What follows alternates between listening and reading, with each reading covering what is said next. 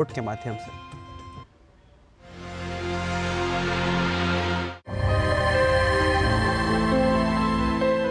Metabolic bone disease विकारों का एक समूह है जो हड्डियों की ताकत को प्रभावित करता है।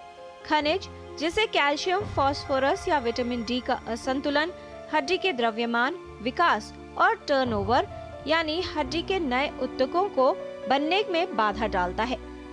हड्डी कोशिका गतिविधि को प्रभावित करने वाले कारक जैसे आनुवंशिक स्थितियां और विटामिन की कमी आमतौर पर खनिज असंतुलन का कारण बनते हैं, जिससे हड्डियां कमजोर होने लगती हैं।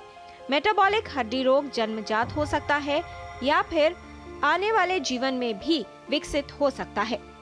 मेटाबॉलिक बोन डिजीजेज जो होती हैं इसमें कई प्रकार की होती हैं। ज़्यादातर इसमें जो है वो calcium metabolism, phosphorus, vitamin D, protein metabolism भी, यूरिक एसिड, ये सारे इन्वॉल्व होते हैं।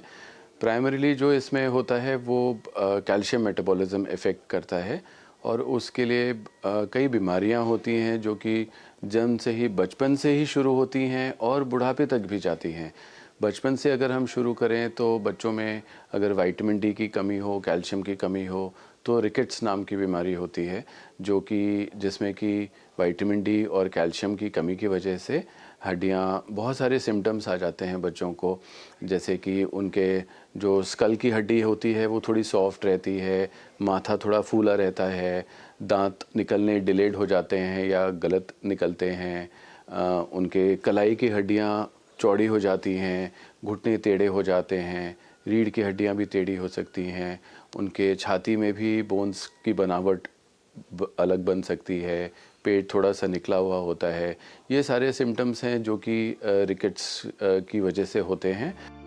कई कारक हैं जो मेटाबॉलिक बोन डिजीज के खतरे को बढ़ाते हैं। बढ़ती उम्र, धूम्रपान करना, प्रारंभिक रजोनिवृत्ति, विटामिन डी व अन्य खनिजों की कमी, स्तन या प्रोस्टेट कैंसर के लिए हार्मोन थेरेपी लेना, कुछ दवाओं का लंबे समय तक प्रयोग करना, ऑस्टियोपोरोसिस का पारिवारिक इतिहास और व्यायाम न करना, इन सभी कारकों से मेटाबॉलिक बोन डिजीज का खतरा बढ़ जाता है।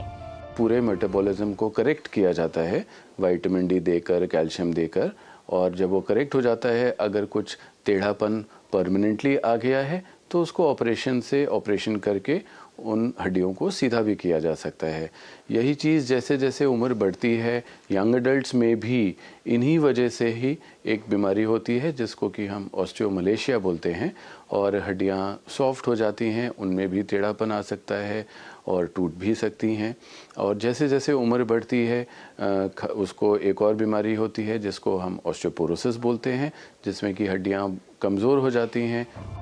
हड्डियों में पर्याप्त खनिज न होने पर वो धीरे धीरे कमजोर होने लगती हैं या क्षतिग्रस्त हो जाती हैं, जिससे चयापचय संबंधी हड्डी रोग हो सकते हैं।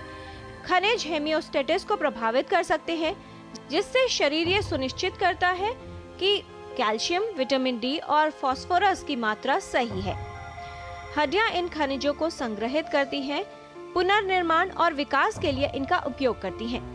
बहुत ज़रूरी है कि गर्भ अवस्था के समय से ही जो महिला है उनको विटामिन डी और कैल्शियम दिया जाए, और जब डिलीवरी होने के बाद भी बच्चों को भी आजकल ड्रॉप्स दिए जाते हैं विटामिन डी के, जिससे कि ये शुरू की जो रिकेट्स की प्रॉब्लम है वो ना हो।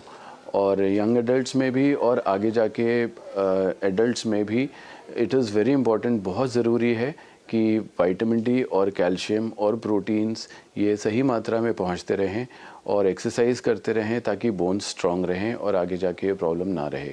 विटामिन डी का जो हमारे शरीर में काम होता है वो होता है कि कैल्शियम को शरीर के अंदर एब्जॉर्ब करना।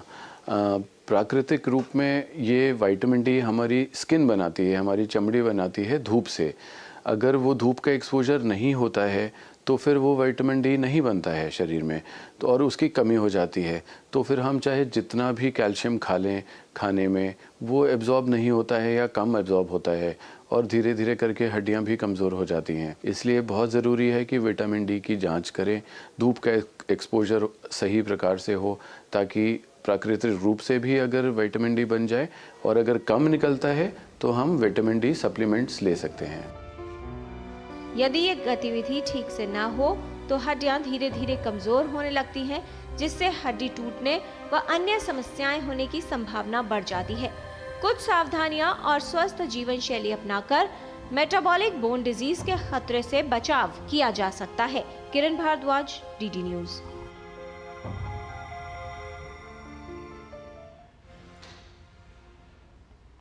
स्वास्थ्य मंत्र के बाद अब क्रम है योग का।